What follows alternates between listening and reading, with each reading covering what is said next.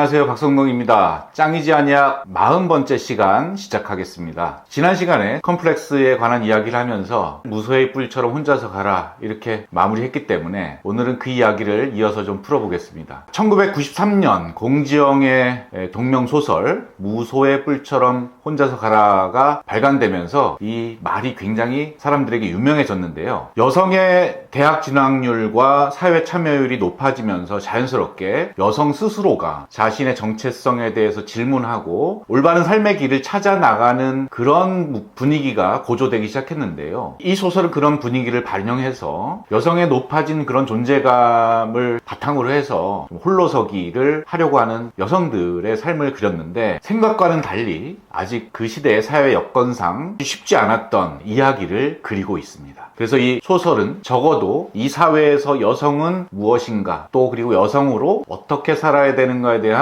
굉장히 진지한 질문을 던졌던 소설이라고 생각합니다. 이 소설의 제목이 되었던 무소의 뿔처럼 혼자서 가라는 것은 불교의 초기 경전인 수타니파타경에 나오는 41개의 경구에 항상 반복되었던 그런, 여기서 나오는 무소는 코뿔소를 얘기하고요, 인도 코뿔소를 얘기하겠죠. 뿔은 하나이고요, 새끼가 있는 경우를 제외하고는 무리 생활을 하지 않고 혼자서 생활을 했다고 합니다. 그래서 무소의 뿔처럼 혼자서 가라 이런 말이 생겨난 거고요. 말 그대로 이 경전에서 얘기하고 있는 거는 아무런 인연과 업을 짓지 말고 독행하라, 혼자서 가라는 것을 말하고 있습니다. 제가 이 수타니파타경에 나오는 몇 가지 그런 경구들을 읽어보면서 좀 이야기를 더 나눠보도록 하겠습니다. 모든 살아있는 것들에게 폭력을 쓰지 말고 살아있는 그 어느 것도 괴롭히지 말며 또 자녀를 갖고자 하지도 말라. 하물며 친구이랴. 무소의 뿔처럼 혼자서 가라. 그 다음에요, 만남이 깊어지면 사랑과 그리움이 생긴다. 사랑과 그리움에는 고통이 따르는 법. 사랑으로부터 근심 걱정이 생기는 줄 알고 무소의 뿔처럼 혼자서 가라. 이 두 가지 경구를 해석하자면 어떤 인연도 짓지 말라는 겁니다. 뭐 가족이나 친구, 심지어 자녀까지도 근심의 뿌리가 될 수 있고, 심지어는 사랑마저도 나를 괴롭힐 수 있으니 이런 인연을 짓지 말고 혼자서 가라, 이렇게 타이르고 있는 것입니다. 이것은 서양 철학에서 말하는 정념과 비슷한데요, 강하게 집착하는 어떤 정신, 사고, 이런 것들이 정념을 만든다고 하는데, 역시나 이제 사랑과 증오와 분노, 불안, 어떤 갈등, 이런 것들이 다 집착이나 인연에서 생긴다, 욕심에서 생긴다, 이렇게 보고 있는 것이니까 좀 맥이 통한다고 볼 수 있겠습니다. 그 다음에 두 구절을 또 한번 읽어보겠습니다. 만일 그대가 지혜롭고 성실하고 예의 바르고 현명한 동반자를 얻었다면 어떠한 난관도 극복하리니 기쁜 마음으로 생각을 가다듬고 그와 함께 가라.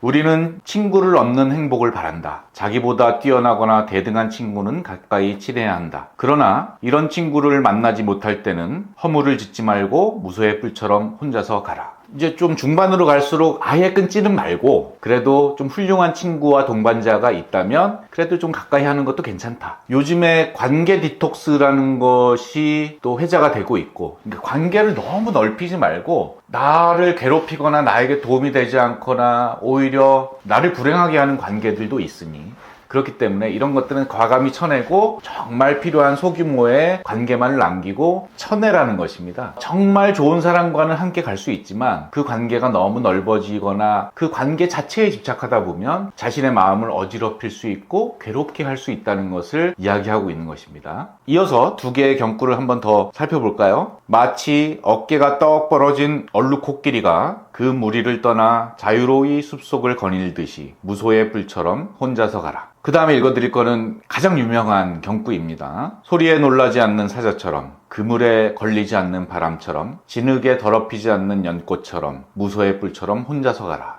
마지막 부분으로 가면 이런 내용에 이르게 되는데요, 결국은 어떠한 집착에서도 벗어나서 참자유, 자신을 살리는 참자유를 알아라, 어디에 얽매여서 괴로워하지 말아라, 이런 것들을 이야기하고 있습니다. 그러니까 이게 아주 불교의 초기 경전, 2000 몇백 년 전에 실제로 시다르타가 광야에 가서 나무 밑에서 자고 그 해탈 위에서 기도하고 거린처럼 밥을 얻어 먹으면서 깨달음을 얻으려고 했던 그 초기 불교의 모습이잖아요. 많은 시간이 흘렀지만 문명의 편리와 물질의 풍요가 우리 곁에 있습니다만은 결국은 우리 인간들이 뭔가 허전해하고 있는 것은 다시 이런 예전의 초기 불교나 초기 기독교의 모습으로 돌아가고 싶은 그런 회귀의 욕망이 아닐까, 이런 생각도 들기도 합니다. 좀 마무리 해볼까요? 그러니까 독행이라는 말이 있습니다. 홀로 가는 것이죠. 독행에는 두 가지 뜻이 있는데요. 이 수파니파타경에서 말했듯이 지조 있게 홀로 가는 것입니다. 어디에 얽매이거나 세속적인 것에 따르지 않고 지조 있게 홀로 뚜벅뚜벅 가는 것을 독행이라고 합니다. 그리고요, 한의학에서도 독행이라는 단어가 있는데요. 이것이 무엇이냐면 한약을 처방할 때 한 가지 약물로만 처방을 하는 것입니다. 녹용, 부자, 인삼 이런 아주 약성이 센 약들을 한 가지만 때려 넣어가지고 처방을 하는 것인데, 이게 상황에 맞게